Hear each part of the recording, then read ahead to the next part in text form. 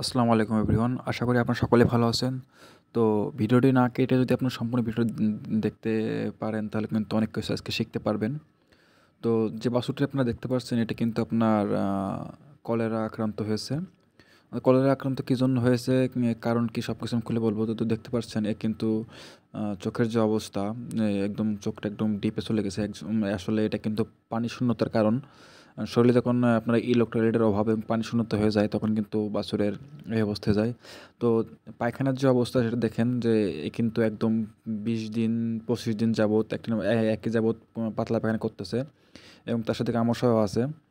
তো এটাকে কিন্তু বেশ কয়েক জায়গায় এটাকেও বেশ কয়েকটা গ্রাম্য ডাক্তার আসলে এই গরুটা দেখেছে। তারপরেও কিন্তু তারপরে প্রাণী সম্পদে নেওয়া হয়েছে। প্রাণী সম্পদে নেওয়ার পরেও কিন্তু কোনো উন্নতি নাই। তো রাত্রে বাজে ১০টা, তখন কিন্তু খামার বা এই গরুর মালিক কিন্তু আমাকে আমাকে ফোন দিয়ে একদম কাঁদো কাঁদো সুরে বলতেছে, "গরু তো একদম নাই। তুমি এটা যদি দেখতে ভালো হতো।" তো আমি আসলে গরুটা দেখতে চাচ্ছিলাম না আসলে গরুটা বাঁচবে কি না এজন্য। তো খামারির অনুরোধে আরকি গরুটা দেখতে আসা। তো আমি কী ওষুধ দিয়েছি সব কিছু আপনাদের দেখাবো, শেয়ার করব।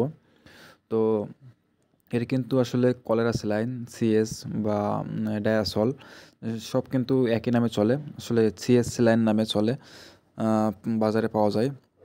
তো এর মধ্যে কিন্তু আমি মেট্রোনিডাজল আইভি এটা দিয়েছি এবং তার পাশাপাশি কিন্তু আপনার সিপ্রোফ্লক্সাসিন আইভি সিপ্রোফ্লক্সাসিন আইভি এবং তার সাথে কিন্তু অ্যামাইনোভেট প্লাস, অ্যামাইনো অ্যাসিড এবং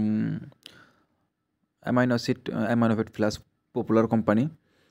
এই ওষুধগুলো কিন্তু আমি এখন দিয়ে ট্রিটমেন্ট করার চেষ্টা করতেছি, কতদূর কী হয়। আসলে উপজেলা প্রাণী সম্পদের কর্মকর্তা এবং মানে ভেটেরিনারি সার্জনের পরামর্শ কিন্তু আমি ট্রিটমেন্টটা দিয়েছি।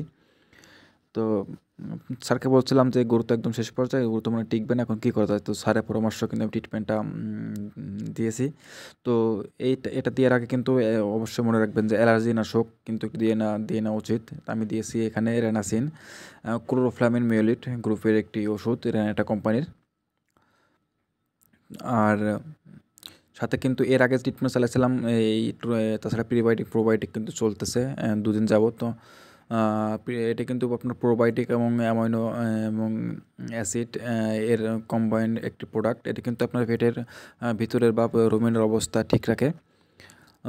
এর পাশাপাশি কিন্তু অক্সিডেটেড সাইক্লিনও চলতেছে, অক্সিডেটেড সাইক্লিন, রানামাইসিন।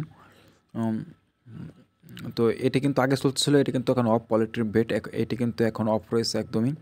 তো এটি কিন্তু আগে ট্রিটমেন্টে অক্সিডেটেড সাইক্লিন এবং পলিট্রিন বেট এবং রুমেনি। তো এখন শুধু আপনার এই রানামাইসিন এবং ওটা পলিট্রিন বেট বন্ধ। এখন শুধু আপনার রুমেনিটা চলবে। এখন দেখতে পাচ্ছেন সিপ্রোফ্লক্সাসিন আইভি, সিপ্রোসিন আইভি এবং মেট্রো আইভি। তার পাশাপাশি কিন্তু আপনার হাইড্রোসলটা চলবে যদি শরীরে পানি শূন্যতার অনেক পানির ঘাটতি রয়েছে, পানি শূন্যতা। তো আর শরীরে ইনস্ট্যান্ট এনার্জি নেওয়ার জন্য কিন্তু আপনারা অ্যামাইনো অ্যাসিডটা ইউজ করতে পারেন, যদিও এর থেকে কিন্তু এসকেপের প্রোটিন এক্সট্রা ভালো, তার মধ্যে ভিটামিন বি নাই। তো কথা বলতে বলতে কিন্তু একদম স্যালাইনটা একদম শেষ পর্যায়ে।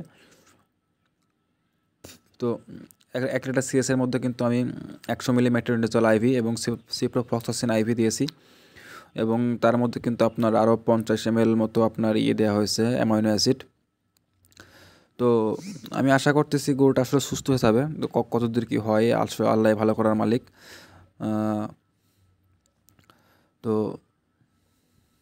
এইভাবে কিন্তু ট্রিটমেন্ট যদি করা প্রথম থেকে খামারি মালিক যদি একটু যদি সচেতন হয়ে যদি প্রথম থেকে ট্রিটমেন্টটা করতো তাহলে কিন্তু মনে হয় না গরুটা আজকে এই পর্যন্ত চলে আসতো। আসলে এর কারণটা হয়েছে কি, বর্তমান নাইট্রেট অ্যাসিডের যে প্রকোপ, আসলে অতিবৃষ্টির ফলে যে আপনার নাইট্রেট অ্যাসিডের প্রকোপটা বেড়ে যায়, তার ফলে কিন্তু আপনার এই রোগটা ইদানিং প্রচুর পরিমাণে দেখা দিচ্ছে। তো যদি আপনারা মনে করেন যে কাঁচা ঘাস খাওয়ানোর পরে যদি মনে করেন যে আপনাদের নাইট্রেট অ্যাসিডের প্রকোপটা বেড়ে গেছে, তাহলে কিন্তু আপনারা সঙ্গে সঙ্গে উপজেলা প্রাণী সম্পদে যোগাযোগ করবেন। আসলে নাইট্রেট অ্যাসিড কীভাবে বেড়ে গেছে এটা কীভাবে দেখবেন যে কাঁচা ঘাস, দেখবেন যে বৃষ্টির পরে যে কাঁচা ঘাসটা হয় সেটা কিন্তু খাওয়ানোর পরে একটু পাতলা পায়খানা বা একটু পেটটা ফেঁপে উঠবে, তখনই কিন্তু আপনার সচেতন অবস্থা হয়ে উপজেলা প্রাণী সম্পদ কর্মকর্তার সাথে যোগাযোগ করবেন এবং সঙ্গে সঙ্গে কিন্তু একটু ট্রিটমেন্টের ব্যবস্থা করবেন। তো ভিডিওটা এই পর্যন্তই। আসলে আমি কী ওষুধ দিয়েছি আর একটু দেখে নিই। মেট্রোনিডাজোল আইভি, এর দাম কিন্তু বেশি না, 100 ml দাম আপনার 80 টাকা মতো পড়বে। এবং সিপ্রোফ্লক্সাসিন আইভি, এটা কিন্তু আপনার 100 ml দাম 90 টাকা মতো পড়বে মার্কেটে, 100 টাকা বডি রেট। এবং আপনার হচ্ছে হলো অ্যামাইনো অ্যাসিড যেটা আছে এটা কিন্তু আপনার 150 টাকা, এমআরপি আছে 130 টাকা আপনারা কিনতে পারবেন। তো এইভাবে যদি ট্রিটমেন্টটা করতে পারেন তাহলে কিন্তু ইনশাল্লাহ সুস্থ হয়ে যাওয়ার কথা। তো কথা বলতে বলতে কিন্তু আপনার স্যালাইনটা শেষ পর্যায়ে। ভিডিওটা এই পর্যন্তই।